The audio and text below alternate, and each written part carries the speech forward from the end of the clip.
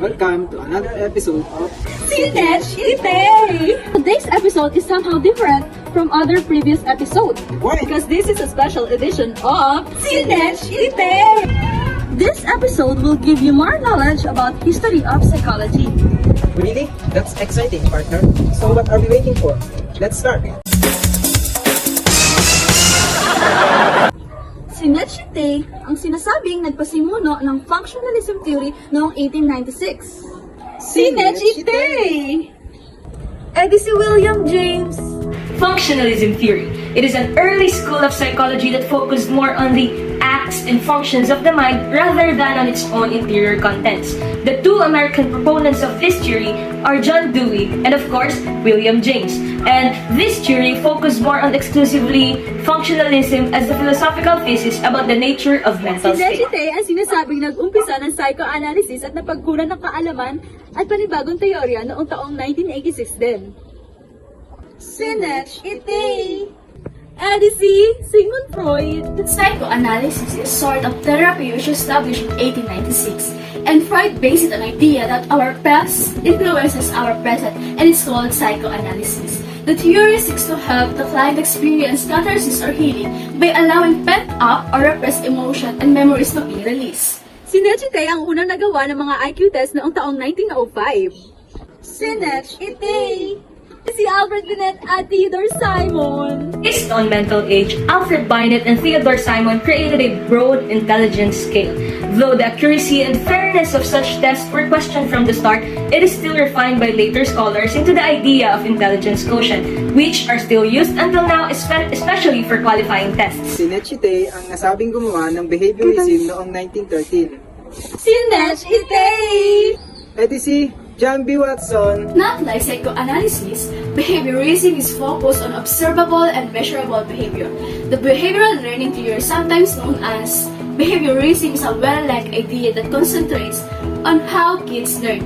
The central tenet of behaviorism is that all action are acquired through interaction with the environment, and according to this learning theory, environmental circumstances have much greater impact on behavior than the inherited traits.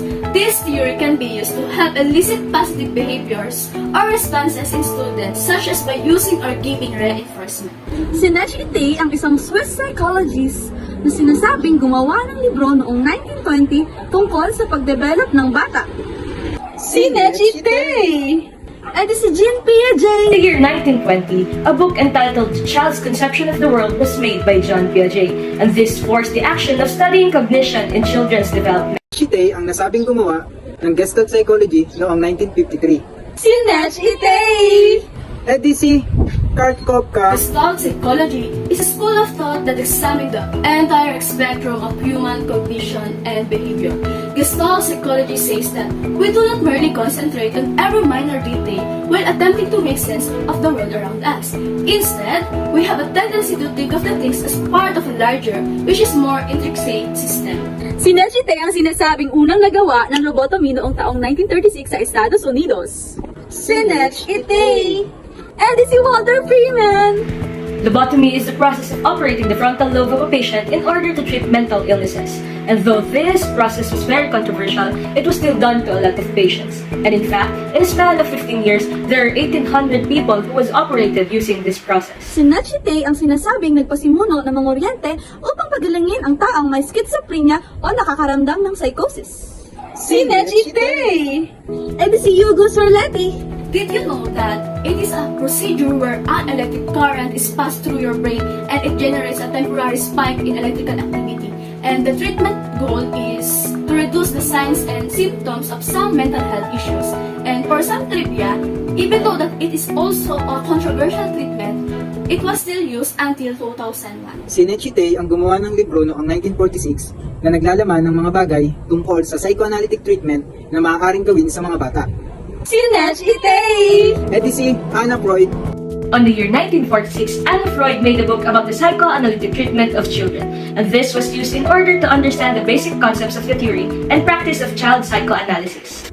Si Ite ang sinasabing unang nagawa ng gamot para sa depression noong taong 1951. Si Ite! Edisi, Roland Kuhn. And for you to gain more knowledge, studies were first published regarding the help of medicine to people dealing with depression. And do you know that after 8 years, imipramine was approved by FDA to use in the US and was named Tufranil. Si Nachite ang neurosurgeon na nag-publish ng libro na pinamagatang Epilepsy and Functional Anatomy noong 1954. Si Nachite! Edisi Wilder G. Penfield. Neurosurgeon Wilder G. Penfield presents his findings about neurological epilepsy in his book Epilepsy and the Functional Architecture of the Human Brain.